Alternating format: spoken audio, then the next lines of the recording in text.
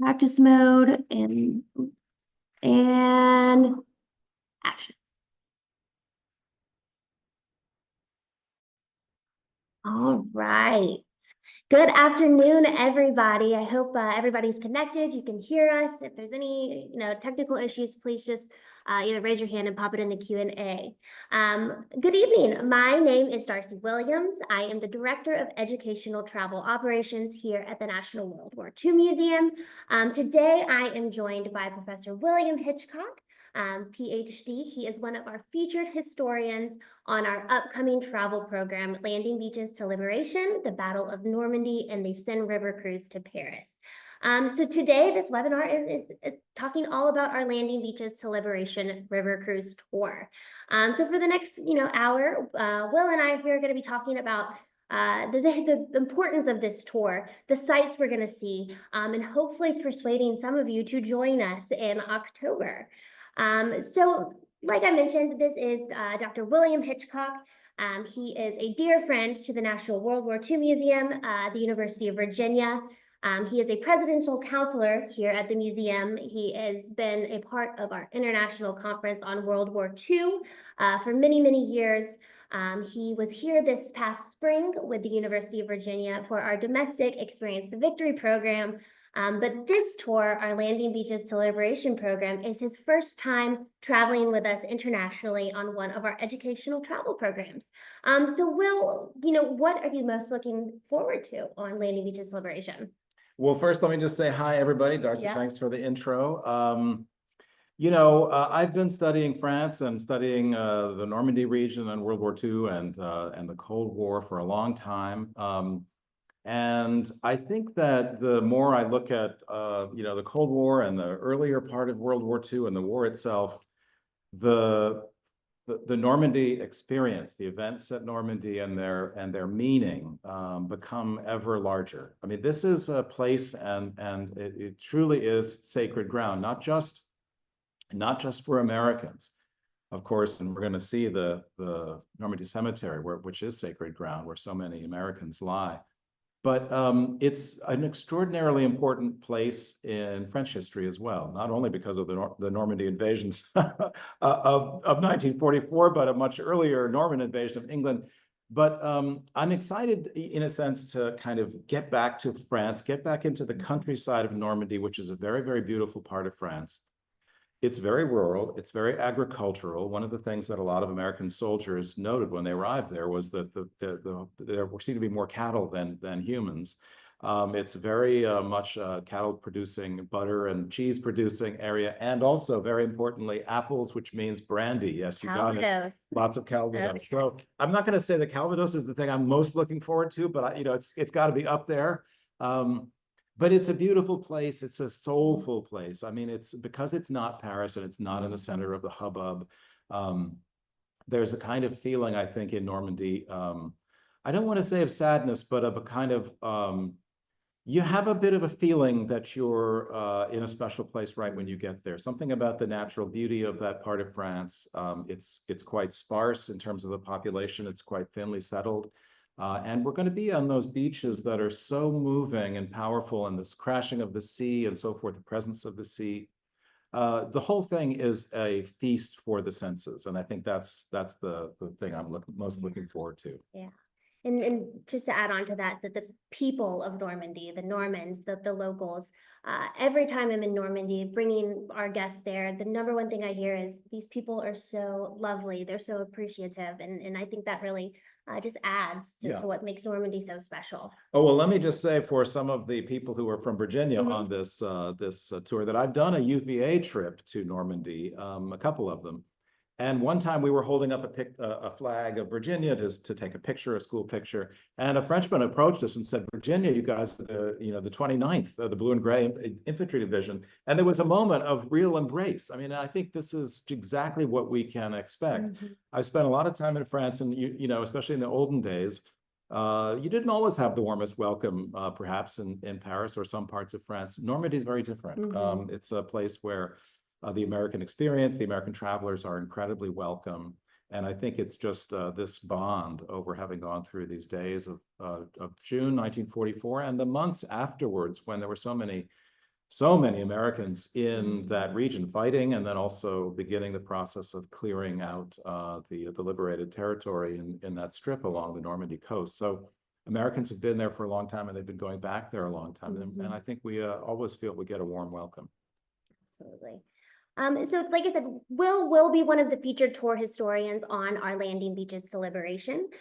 We will be joined by one of our dear friends, Dr. Michael Neiberg. So if you've traveled with the museum or attended our conference, his name sounds familiar. He is a brilliant historian, a French historian as well, primarily focusing on the First World War and the Second World War. He is the author of The Blood of Free Men, The Liberation of Paris 1944, and Potsdam, The End of World War II. So Will and Mike will both be joining us on this tour. You will get to hear from them in the evenings. You will get to hear from them in the chateaus on the ship together. It's just an extra added cherry on top, is having two just remarkable and renowned French historians traveling with us to France. So Will and Mike, they'll both be with us. We'll be doing the Will and Mike show, the tag team, but it's going to be really fun to work with Mike because he's such an expert, particularly on Franco-American relations. He wrote a wonderful book on the relationship between France and the United States during the war, which is a really interesting story. It gets into the question of what did Americans make of Vichy France, the collaborationist government in France between 1940 and 1944. And America changed its views on Vichy, at first being relatively accommodating and then becoming more critical, and then, of course, waging war against Vichy during the period of liberation, beginning in North Africa and then in France itself. But Mike's also a big expert on the liberation of Paris, so I know we're going to be in good hands and learning a lot from him. Yes, and he's great fun too. Yeah. Great fun. We don't. I mean, is he as much fun as I am? I don't know. We'll have to. It'll be up to you to decide. It depends on if he's watching this webinar or not. But a little bit about this tour, like I mentioned, this is a river cruise as well. So this particular side of this tour, Landing Beaches Deliberation, will begin in Normandy. The group will gather in Paris, and then we will head up to Normandy, where we will spend 4 nights. We have 2 incredibly beautiful chateaus that we have rented out for our guests. So there's going to be 2 different chateaus that our guests will be staying at. We've got the Chateau Seine River, which is an 18th century, just absolutely stunning property, about 5 minutes outside of Bayeux. It's got a really great tie to the French Resistance. There's one of my favorite stories happened on the night of June 5th in the lead up to the invasion. No spoilers, though. You're going to have to travel with us to hear it. So the Chateau Seine River is one of our options. And then we also... some of our guests will be staying at the Chateau Azur, which is about 10 minutes outside Bayeux, the other direction. Another just absolutely stunning 18th century chateau. It's got a very interesting kind of D-Day story as well, a little bit darker, but just a really beautiful property. Both properties have Michelin star restaurants. They've got amenities, gardens. This is just kind of the top accommodations you can get in Normandy. So this tour will begin up there. 4 nights in those chateaus before heading and spending the final 4 nights of the trip on Uniworld's Joie de Vivre, which if you've ever been on a Uniworld cruise, you know that you are in the best of hands, luxurious accommodations, world-renowned chefs, just the ultimate experience. So 4 nights in Normandy, 4 nights on the Joie de Vivre. It is just the perfect tour, whether you've never been to Normandy or if you've been to Normandy, countless times. This is just a really beautiful way to see the Norman countryside, and then sailing down to Paris as well. It's before we go on to the itinerary, it's worth just saying, these chateaux, I mean, they're beautiful places, beautiful hotels, but they have a long history. And in some cases, they have a gloomy history of war crimes being carried out. We'll talk about that when we're there. But it's also, these were buildings that were all requisitioned by the Germans. And so, of course, they had officers and they had headquarters there, including Rommel. But this is just a very important reminder of the German presence in France and in Normandy in the months and years, but really especially the months running up to the invasion. And so one of the things that we as visitors have to do is think about what is the France that's being liberated on June 6th? What is France like on June 5 and before? And the presence of huge numbers of German soldiers preparing for what they anticipate to be an invasion. They don't know where it's coming from. Might be coming further north of the Pas de Calais, might be coming in Normandy, they're not sure, it might be coming in Brittany. But there's, there's 50 divisions available essentially to repel a landing, which is an enormous number of German soldiers who are requisitioning food and crops and supplies and labor. Lots of young Frenchmen have been forced into labor to dig the ditches and to put up the tank obstacles and erect the Rommel's asparagus, those poles that were going to cut down the gliders. So this has been a beehive of activity led by the Germans. So as we go through this territory, it may look a little quiet, it may look a little underpopulated, but it wouldn't have been that way in the summer of 1944. It's clearly, everyone knows that some portion of this this landscape is going to be the site of the invasion. And this lends an air of contingency, but also of tension about the space. It's the huge German presence there would have been extremely interruptive of daily life. And one of the reasons that the French are so glad when the Americans come is that they've been so put upon by the French occupation, especially as the invasion was approaching. And I think one thing, that when Americans go to Normandy, especially for the first time, is the size of Normandy. I think some people think it's just, a couple miles of beaches, but Normandy is about 50 miles. You've got beaches running all the way from up the Cotentin all the way over to the British landing beaches. It is huge. It's interesting. There's huge and there's huge. So in my World War II classes at the University of Virginia, we try to talk about geography and compare things. So there's the European theater, there's the Western Front, in which we're getting familiar with and we're going to experience. But of course, there's the Eastern Front in Europe, and that is really huge. I mean, the battlefronts in the German-Russian War are 1,500 miles long. So in a way, when you think about it comparatively, Normandy is a tiny slice of the action.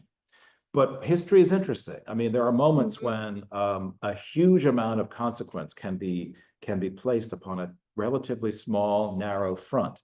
And boy, Normandy is it. Those 5 beaches become the most important piece of real estate in world history at that moment. And so it doesn't matter if the Germans are fighting over 1,000 miles of Ukraine or Belarus at the same time.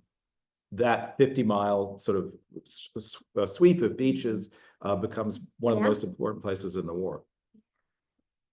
So these next couple of minutes, we were just going to take you day by day of the itinerary, what you're going to see both in Normandy and on our time aboard the Joie de Vivre. So this tour runs from October 26th to November 3rd, 2025. So it's already 2025, you guys. It'll be here before you know it. So October 26th is where this all kicks off in Paris. Like I mentioned, we are beginning in Normandy. So we will gather all together in Paris, make about the 3-hour drive up to Normandy, where you will check in to either the Chateau Chenevier or the Chateau Andrew. You'll get settled, and then that evening, we'll have a welcome reception to get to know one another, get to know our featured historians, our local expert battlefield guides, your tour managers, just a welcome to Normandy reception. There might be some Calvados there. Well, I mean, one has to make sacrifices for the cause here. Exactly. And then we will have a group dinner at your respective chateau. The French, they do food and drink so well. You are going to get a Michelin star meal every single night while you're in Normandy. That includes a cheese course. After your main course, don't expect dessert. You have got to do your cheese course, and it's very offensive if you do not eat the cheese course. We're all going to be hungry. We're going to be trying to get our steps in. Absolutely. Throughout this trip. Absolutely, you will not go hungry. You'll be well fed. Just remarkable house selected wines as well. Just the whole experience. Our first full day of touring in Normandy is our British sector day. So we begin, the very first stop we make on our itinerary is the first victory of D-Day, Pegasus Bridge. We'll learn about Major John Howard, the British 6th Airborne.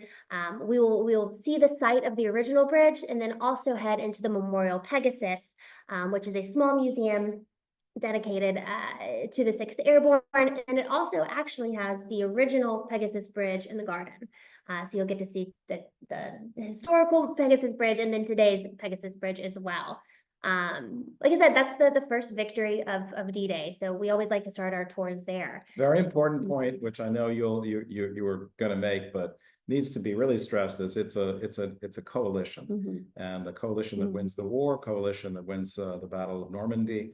And the role of Britain in the planning as well as in the execution of Normandy is enormous and extraordinarily important. And I'm sure we'll have an opportunity to talk about the British role, symbolized by the first victory at Pegasus Bridge, with the Airborne being able to take that bridge and holding off German reinforcements, which they expect to be coming into the region. So the British and the Canadians play a vital role, crucial role, in fact, in not just on D-Day, but in the rest of the campaign. Absolutely. Like I said, they fought the war 2 years longer than we did too. Yes, so they did. But so they never stopped letting the Americans remember that they fought longest and they fought the hardest. That's how they put it at the end of the war. Absolutely. Yeah. So we'll begin at Pegasus Bridge, and then we will explore those British and Canadian landing beaches. We'll do Sword Beach, we'll do stops at Juno Beach, before heading to the seaside town of Aramash, where you will have lunch on your own. This is truly one of the most beautiful places I've ever been, and it's just this little seaside village. Gorgeous, yeah. Gorgeous. It's a lovely kind of, you know, the sides, the cliffs kind of come down to the water there, and it's a beautiful setting, and there's a little museum there, and of course you can still see some of the sunken mulberry harbors that were erected and then destroyed in a storm later in June. But it's amazing to think that, you know, it's not that long ago, and these artifacts are still visible, some in the distant water, some on the hills that we'll be walking across. It's just gorgeous. And then speaking of kind of artifacts, we end the day at the Longstermeer gun battery. It is a German gun battery. And it's the only gun battery in Normandy that still has the original guns. So it's pretty cool to see those at these emplacements and it kind of explore. Yeah, I mean, it's extremely moving. I'm sure many of you have been to battlefields in the US or perhaps in Europe or in Asia. But it doesn't take much, I think, to bring back to stir your imagination, to bring back the reality of it. So one gun casement or a concrete pillbox, of which there are still many that we'll be seeing and are still visible, suddenly makes it feel real in a way that nothing else could. I mean, it's one thing to see a battlefield when all of the features have long since been erased, like the World War I battlefields. You can sort of faintly see the occasional trench. Here you can actually see and sometimes walk inside the concrete gun emplacements. And then you get a sense for the geography, because suddenly you realize, oh, this gun is here because it has a view down both sides. It looks out on the ocean. I mean, and so imagine that on a scale multiplied thousands and thousands of times up the French coast, and you get a sense for the amount of resources the Germans put into defending against this Allied invasion that they knew was coming. Yeah. The range of those guns was something that just blew my mind the first time I heard how long they could fire. Was just and they were a scale of war, right? And I mean, the Navy, U.S. Navy, and the you know, the air power was crucial to trying to knock them out, and they did in many cases, you know, damage or completely knock out a lot of those guns, but not all of them, which is why Americans still had to fight their way up against very, very difficult fire. Right. So like I said, after a full day of exploring the British sector, the British beaches, you'll head back to your respective chateau. And there you will have a lecture by one of your two featured historians. So either by Will or Mike, a full kind of intimate private lecture with one of the top World War II historians in the entire world. It's benefits of traveling with the National World War II Museum. There you go. I mean, you know, we're coming ready with our knowledge, but also our passion about this. I mean, I'm sure Mike feels the same way, but it's such a privilege to be able to join the trip and to be in these places. So. And then after that, you will have another wonderful dinner at your chateau. Like I said, you will not go hungry on this trip at all. Our next full day in Normandy is dedicated to the U.S. Airborne. We'll start the day at Lafayette Bridge. In my personal opinion, this is one of the most important and instrumental battles in the entirety of the war, just hugely important. Mhm. And I love taking Americans there so we continue to tell the story of the 82nd Right. Airborne and what they fought for those four just brutal Yeah, days. absolutely. No, it's, I mean, we're sitting in the Higgins Hotel here in New Orleans, and we have a beautiful map of the whole D-Day laid out behind us. And one of the things that it would show, if we could show the whole map, is the geography. And we're going to go over this with maps as we're going over the region, but the importance of the Cotentin Peninsula, that narrow little piece of land that was going sort of north-south. The purpose of the airborne landings was to try to cut off access into the Cotentin so that the Americans and the British could liberate the important deep water port of Cherbourg at the very tip of the Cotentin Peninsula.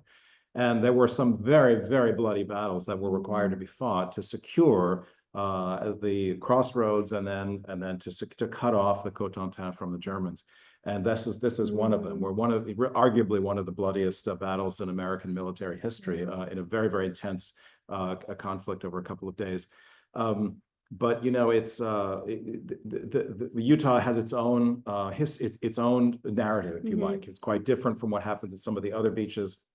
But and because the airborne invasion of that part of the of Normandy was so scattered and so disorganized, it took a lot of individual courage and individual firefights to start to cohere and to begin to fulfill the battle plan. And so there's a moment of real tension that is associated with these battles, which is this: the Americans didn't know they were going to win. I mean, there was no sense that this was in the bag. And they could have lost. And at battles like this, you really get a sense for how narrowly success comes in a battle like that. So, yeah. Yeah, just a very, very interesting and moving stop. After Lafayette Bridge, we will head into the village of St. Mary Église. If you've seen The Longest Day, you know that the famous church we're talking about. We'll go inside the church. We'll hear the story of kind of some of the scattered airborne landings in the village before heading to the Airborne Museum, which is a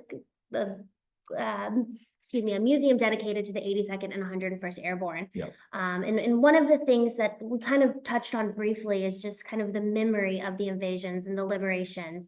And, you know, this was opened by Frenchmen to keep the story and these memories alive. Yep. And Yep. it's one of the most, many of the places will touch on that memory. And it's, like I said, they opened it with their own money, with their own time, with their own resources, and it's still open today, dedicated to telling the story of those paratroopers. And there's been a proliferation of museums, local museums throughout the region. Some are excellent. There's a new one at Falaise, which I have not yet seen. I hear it's great. But the French want to memorialize the liberation very much so. I think, honestly, I think this is part of a generational shift in France. There's much more interest in the war, Second World War now than there used to be. It's amongst historians, but it's also amongst the public, and it's amongst a younger generation of French people who were really interested in their history. They're interested in the war and in American history. They don't have the same hangups that their parents and grandparents had about only telling a certain version of French history. And the French history during the war is very spotted, to say the least. So a younger generation wants to know. They want to know about what their grandfathers and great grandfathers did during the war. And these local museums are a good example. They're in many cases, they're beautifully organized, run. They have terrific artifacts, and they're dedicated to telling the story of the war, which includes some difficult cases of French collaboration, but on the other hand, also French resistance and their participation in the war. So yeah, it's going to be really nice. And I mean, Sainte Mary Église, if you haven't seen it, it's a real top 10. Yeah. I mean, it's a beautiful little place with a small church that perhaps otherwise no one would go out of their way to stop in.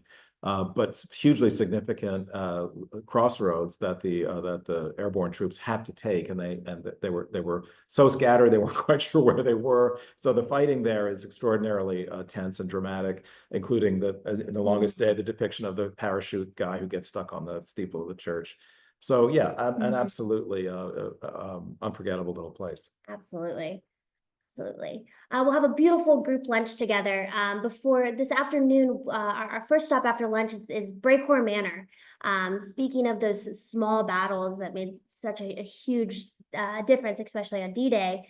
For those of you who have seen the HBO miniseries Band of Brothers, this is episode 2, where they take out those. Easy Company takes out 3, Dog Company takes out the 4th. One of the great depictions of warfare. We'll visit Breakcore Manor. There's a memorial there. We'll get to look onto the field, see exactly where those guns were. You can actually, before you turn on the road going to Breakcore, you can actually look back and see Utah Beach. And these guns were just sitting, these guys landing were just sitting ducks. And if those guns wouldn't have been taken out, it's just one of those, what ifs. We'll visit Breakcore Manor and then actually end the day on Utah Beach. And then visiting the Utah Beach Museum, which is another just absolutely remarkable local museum. Artifacts, they have a really cool B-26. I'm an airplane girl, I love airplanes. Just a beautiful B-26. Yeah, and Utah is, if you haven't been yet, it's what I've noticed is a lot of people, if they get out to Normandy, they'll do their best to get to Omaha Beach because it's so important. And maybe not quite get as far as Utah, but it's absolutely central and so interesting. The geography is a little different. It's a little more spread, a little more open. You can get longer vistas. The tides at Utah are crazy. I mean, they go out so far, and you're quick. And then they're really quick coming back in. But that only gives you the visual evidence of how difficult it was to plan an amphibious landing when the tides go so far out, and at certain times of the month are really far. So of course that all plays into the story of Eisenhower deciding when to go, even despite the bad weather. And so you're just getting a really great visual of the geography at Utah. So like I said, a full day dedicated to the U.S. Airborne. That evening, you'll head back to your chateau. You will hear from the other historian that you didn't hear from the night prior. So while you're in the chateaus, you'll get one lecture by each featured tour historian. And then, of course, you're going to end with a beautiful 4-course French dinner. Then you'll not go hungry. The next day and final full day of touring in Normandy is dedicated to Omaha Beach and the landings there. This is just such a profound day on any tour that we operate. There's something just so sacred about standing on Omaha Beach and knowing what happened there 80 years ago. It's a really moving day for all of our guests. We begin the day at Pointe du Hoc. You hear about the 2nd Rangers, Colonel Rudder, just the heroics of those guys to scale those cliffs, take out those guns. Their mission, I think, everyone had a mission on D-Day, and they all came together, and just one of those tales of just insane courage, and I mean, really remarkable. It's this is just one of those things you have to see it to believe it. Like, so they're climbing up this thing under fire using extraordinarily what we would consider just ludicrously basic implements, shooting their little grappling hooks a couple of 100 feet in the air, trying to make their way up, hand over hand up a really difficult face. It's not like it's sheer, it's rocky and crumbly, and it's falling down, and there's of course gunfire all around them. The Pointe du Hoc, and you have the Pointe du Hoc memorial site at the top, and also there you'll see it's maintained on purpose, the extraordinary damage to the ground from in large measure Allied shelling. So it's another site where you get this overwhelming feeling of there's almost too much to look at. You have the landscape, you have the ocean, you have the face of the cliffs that the Rangers are climbing up, and then there's this solemn sort of obelisk where you can kind of stand and reflect on the site and on what happened there. So, one thing about Omaha Beach is it's actually 3 different little villages that make up the beachhead. So after we visit Pointe du Hoc, we'll head to Vivre-sur-Mer, which is one of those little villages, and we'll spend some time on the beach there. Dog Green Sector, the 29th, we talked about them a little bit early.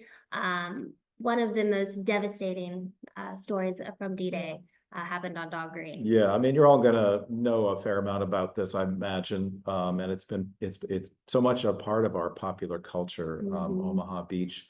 The combination of bad accidents, weather, wind, the particular sector that was so very, very heavily defended, that the Omaha you know, the guys who landed in Omaha had to face. There's essentially a 4-hour period, a window in which it's not at all clear that Omaha is going to succeed. And I just think we need to, you know, take a moment and rest on that, because what we tend to talk about when we think about Omaha Beach is overcoming great odds and sticking it through and winning out in the end. And that is the great story. But they didn't know that. They didn't know how it was going to end. And so that's a moment when there's just a little bit of doubt that creeps into the commanders' minds, that maybe if we lose Omaha, then the guys in Utah are going to be vulnerable. And then what about the British and the Canadians further down the beaches? So they do hang on. And it is only by about 11 o'clock in the morning, those guys have fought their way off the beaches, and they're moving up the draw and up the cliffs. But it's kind of like, you could almost put it like the 4 most important hours of the Second World War, at least for the American experience. So it is truly moving. It's a place where everyone is going to touch the sand and touch the you know, the landscape. You'll see some concrete emplacements which you can use as kind of places to look out. And it's kind of a life-changing moment. I think we'll all feel that way. Absolutely. Yeah. Absolutely. Just a super impactful day. I always say every American should stand on Omaha Beach once in their lifetime. After our morning on Dock Green Sector in Villeville-sur-Mer, we will head to the little village of Port-en-Besson, where we will have a group lunch together before continuing on for an afternoon of touring. Some of the sites we'll see this afternoon is WN62, another one of those is German emplacements. And it is now the site of the First Division Monument, the Big Red One. Monument. We'll spend some time there before ending our touring in Normandy at the Normandy American Cemetery in Colville-sur-Mer. This is one of those places, like I said, it just takes your breath away. It's an incredibly beautiful place, and it would be beautiful even if there wasn't a cemetery there, because it's, you know, it's a sort of hilltop looking out over the ocean. Let's hope we get good weather, because you hear the wind in the pines looking out over the ocean. And then, you know, as soon as you walk in, you immediately see the scale of it. This you know, the huge loss. And of course, it's over 9,000 Americans buried there, and they didn't all die on D-Day. Obviously, it's people who were killed throughout the Normandy campaign. But I don't think there's anywhere. And I've seen a lot of World War I cemeteries as well, where you see so many crosses. But I'm not sure there's anywhere that gives you quite the gut punch, because you see the size and the scale of the loss in such a short period of time. But at the same time, it's in this extraordinary, beautiful place. So if you like, it's like an outdoor cathedral. It has that same impact. You go into Notre Dame and you're overwhelmed by the beauty, or Chartres. Same thing, absolutely the same effect. So definitely a place everyone should see. So it will take your breath away, whether it's your first time or your 100th time. It's walking in there it's indescribable. But that will conclude our Normandy touring. We'll have one final reception and dinner at our chateaus, because the next day we will be leaving Normandy to embark on Uniworld's Joie de Vivre. I love that it's called Joie de Vivre, by the way, which, you know, of course, once you get on, you'll see why. I think that's a clue to what's going on this. It's impeccably designed. Like I said, the food, the wine, it's the Joie de Vivre. Yeah, we're gonna live up to the name, I'm sure. Absolutely. So on our way to embark on the Joie de Vivre, we will have a morning in Bayeux, which Bayeux is my very favorite place in the entire world. It was primarily untouched during the war. So it's got these medieval buildings, the cathedral. It's an old market town. So you've got shops, bistros, cafes, just gorgeous. Why is it your favorite? I mean, is it just because it's such a cute little village? And all my friends live in Bayeux, and it's nice. It's gorgeous. It is. My husband hates when I go to Bayeux because the shopping is so good. So we'll have some time.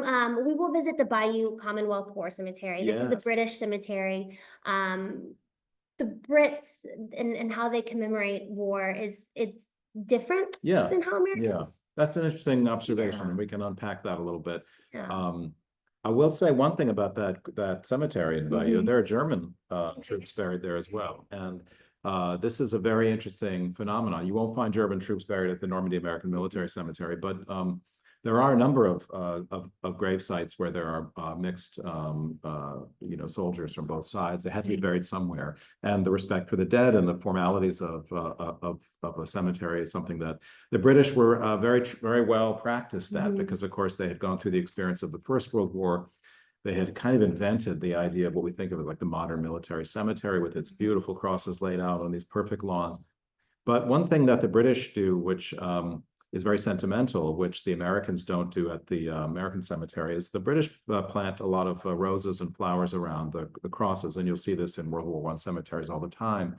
And, it's a very moving gesture of a kind of domestic, little beautiful touch of home on this lad's, gravestone, and the sun will always cast a little shadow on it. So bring the hankies, because I'll tell you, these cemeteries will just wreck you. I mean, they're beautiful, they're emotional, and many times they have a little personalized little testament from their parents or their family. Sometimes it'll just say "Our Bob," or it'll say our dear old so and so.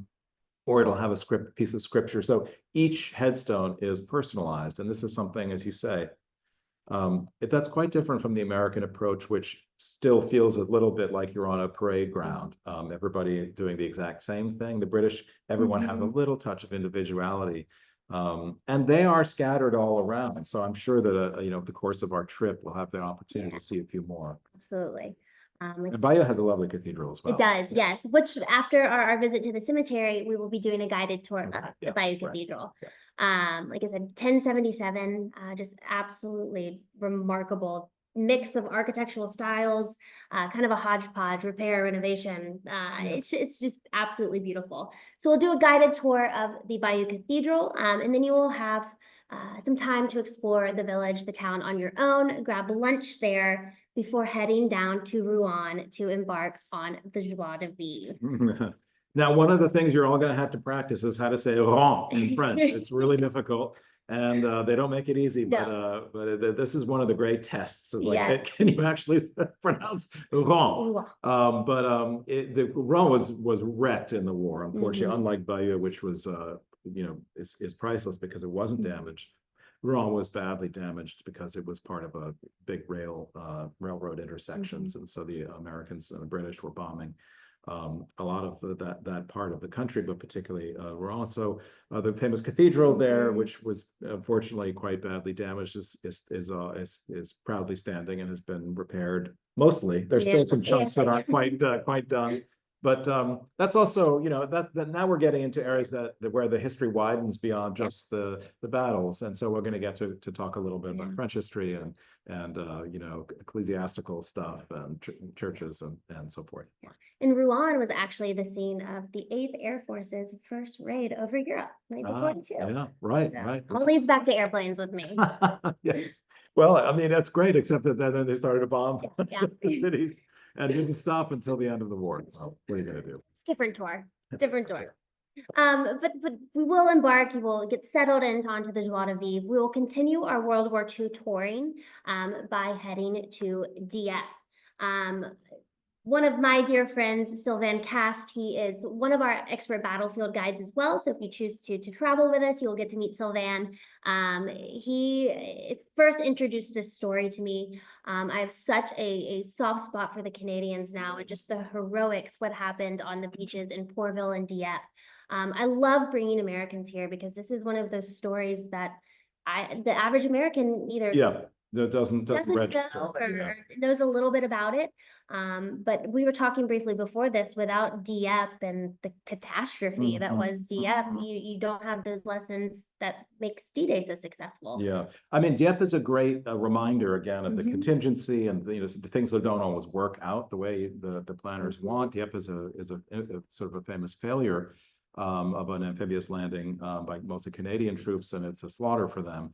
And it's a lot of lessons learned, like, all right, this is going to be much harder than we thought. It's going to require far more planning than we had thought.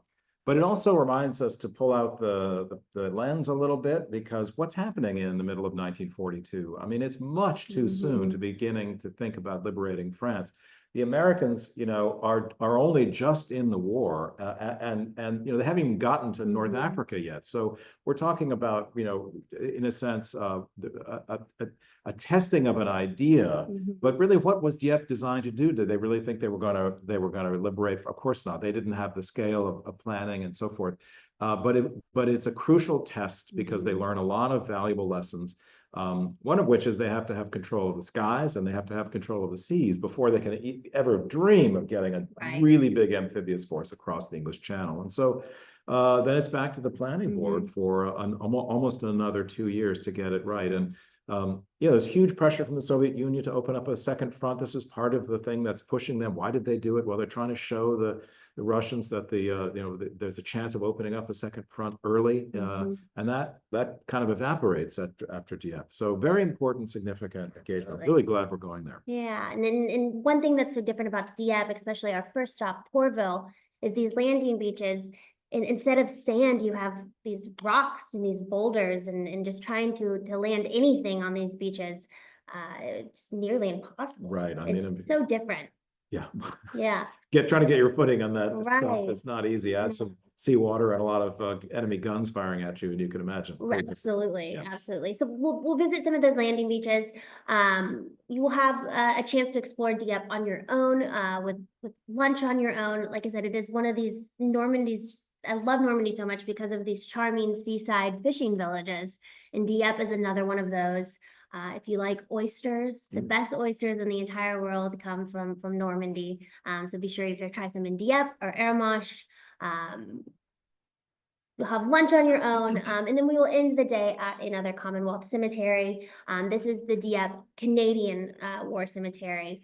Of the over 6,000 soldiers that were assigned in Operation Jubilee, over half of them became a casualty. Yeah. And with a country with a population like Canada, that's hugely significant. So the majority of the people, the soldiers buried in this cemetery are Canadians, and it's just an often overlooked story. Hugely overlooked. I mean, the Canadian role in D-Day is also often overlooked, though they had a whole beach to themselves and acquitted themselves extremely well. And then the Canadians played a huge role in the liberation of Holland, and Holland has not forgotten about the Canadian role there. It's a huge annual celebration of the Canadian role in the liberation of the Netherlands. So it's great that we can give some attention to the other allies. Absolutely. We will head back to Rouen, head back to the Joie de Vivre. Here you will have the option to take part in a Rouen walking tour. Victor Hugo called it the city with 100 bell towers. It's incredibly gorgeous. You'll see the cathedral. You'll see their famous Renaissance clock. You'll see and learn about Joan of Arc. You will see the site where she was burned, which is now a church. Just a really fascinating city. So obviously there is World War II history, but it just goes back so much further than that. Yeah, I mean, the Normandy is the kind of cradle of kings and monarchs. Of course, the Norman invasion of Britain, and the sort of the Anglo-French history is 1,000 years old at least. And so we're going to have an opportunity to unpack some of that. Once we get on the ship, you will hear from one of the historians with another lecture on board the Joie de Vivre before a dinner on board. Our next day, we will sail down the Seine River. Our ultimate goal is Paris, but we will make a few stops on the way. This next day, we make 2 stops on the Seine River. The first is to La Roche-Guyon. It is a famous 12th century chateau. And Will mentioned it earlier, talking about Normandy, the kind of the German occupation, and all of these buildings at one time, were occupied by the Germans, and La Roche-Guyon was it was Rommel's headquarters. Yeah. No, so it's going to be one of those moments when you really get to touch history in a sense, getting a sense for, wow, imagine this place just 80 years ago, who was here and the planning that was going on there, and you get a chance for just the brush with history. Yeah, it's remarkable. We'll return to the Joie de Vivre for lunch, continue sailing down the Seine River, and then our final stop of the day is to a little commune called Les Andelys. Les Andelys is famous for Chateau Guillard, which is another 12th century stronghold. It was Richard the Lionheart's, who was the King of England and the Duke of Normandy. It was his stronghold. It's ruined now, but being able to climb up there and kind of the view you get of the Seine River, and also just kind of the Norman history. It's remarkable. Interestingly, you know, if you talk to French tour guides, they'll often, I mean, they'll often have been taught the history of 10th and 11th century France in elementary school. It's really important to the formation of the French state and the beginning of the French, the nation, the power of the French monarchy emerging, and their constant struggle with England to see who is going to dominate England. I mean, was England going to be French or was France going to be English? That was an open question in the 11th century and 10th century. So this is really exciting kind of to geek out on a little bit. Right. So after our visit to Chateau Guillard, you'll be get back on board. You will hear from the other historian before dinner on board the Joie de Vivre. So in total, you get 2 lectures by each featured historian, one by each in the chateaus, and then one by each on board the Joie de Vivre. So there's so much knowledge, so much content, and you get it in this intimate setting. One of the surrounded by cheese and wine, by the way. Exactly, and Calvados. Don't forget the Calvados. It's not like my classroom at UVA. I can tell you, it's a little more relaxed. Well, I went to LSU. That's a whole different story.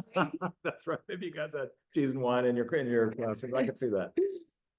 So our next day, we'll continue sailing down the Seine River towards Paris.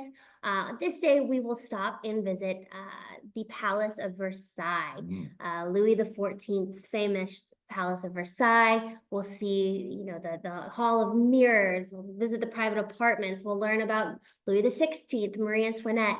But also, this is where the signing of the Treaty of Versailles took place, and we'll visit the Hall of Mirrors where that took place. And Will and Mike and so much of their professional work stems from this moment. I mean, you could say this, the signing of the Treaty of Versailles is the start of the Second World War, if you wanted to be a little controversial. I teach the subject to my undergrads, and they've heard of the Treaty of Versailles. It's in every AP history book or test they've ever taken, but its significance is almost impossible to understate. The treaty, the series of treaties that the Allies, the victorious Allies, signed with Germany in 1919, but after the defeat in 1918, are hugely important in the making of 20th century Europe, but also of 20th century United States, because, of course, Woodrow Wilson, the president, is in Paris. He's overseeing much of that peace process. He's trying to, in his own mind, make a new world based on law and international order and collective security. And that's what Versailles, in his mind, comes to represent. But of course, all of that gets thrown out. The Americans don't join the League of Nations. And instead, the Treaty of Versailles becomes hugely controversial because the Germans feel that they've been unfairly penalized. And this debate goes on. I mean, this debate is absolutely still open. Was Versailles fair because the Germans started World War I and they should have had to pay reparations? Or was it unfair? And therefore, did it give Hitler the fuel that he needed to build his movement and, in a sense, begin war all over again? Totally wide open debate, and it's a wonderful counterfactual to talk about, on the trip. Right. And just standing in the Hall of Mirrors, it's just one of those surreal experiences. So much history in just one room. Just a really remarkable ending to the tour. Ending this tour, but you kind of take it all the way back to the beginning of the Second World War. This is what makes this tour so special. You're getting the World War II history, but you're also getting history of France history. And the history of France is. And we'll be on the river. I mean, the Seine is, this hugely significant high road of commerce and shipping, of course, but also art and culture. I mean, the Seine appears in probably a million French paintings that you've seen before. All the Paris artists went out to the country to sit by the banks of the Seine and paint sailboats and so forth in the 19th century. And, just I think the landscape is something we're going to get a real chance to appreciate from the water. One of the best ways of traveling is by riverboat. I mean, it is awesome. It's slow moving. You can see the countryside passing by. You have a sense of taking it all in, having the time to take it all in. It's a really beautiful way to travel, and especially on the Seine River. This tour has it all, the chateaus, the Seine River, the riverboat. It's a perfect package, and it's a beautiful way to see France. So on our final evening on board the Joie de Vivre is one of my favorite nights. We try to do this on as many tours as we can, but we have kind of a historian final thoughts.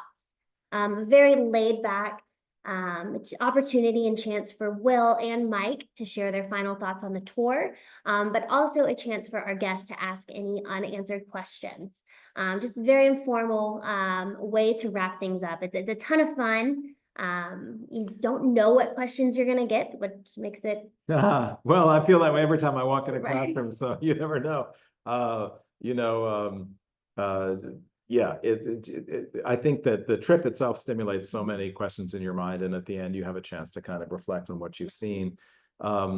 You know, and you're on vacation too. Let's be honest. You're getting a chance to unwind and to do some things that you that are relaxing and restorative and stimulating. So this is a nice way to wrap it up at the end. But you know, Mike is a great talker and a great historian and a good and a lively figure. So I know we're going to have a good time, and we'll be doing the tag team historians thing. Yeah. And, you know, maybe we'll get in a ring at the end there, and we can duke it out. Yes. But there is also live entertainment on the Joie de Vivre, so we might see some special appearances by Will and Mike on the microphone. That's right. That's right. You never know. You never know. Just get us cue up the karaoke, and you never know what might happen. Yeah. So we will dock, wake up in Paris. From there, you will either be transferred back to Charles de Gaulle Airport for your return flight home, or you have the opportunity to extend your trip with a 3-night optional post tour with Dr. Michael Neiberg, all about the liberation of Paris. Beautiful, really, really informative tour as well. We stay at the Prince de Gaulle's Hotel, visit sites such as the Valdivia Monument, the Ile de Cité. We visit Mont Valérien, Seine American Cemetery, the Liberation Museum of Paris. Just a really great kind of, you know, cap on the tour with 3 nights in Paris. And who doesn't love just being in Paris?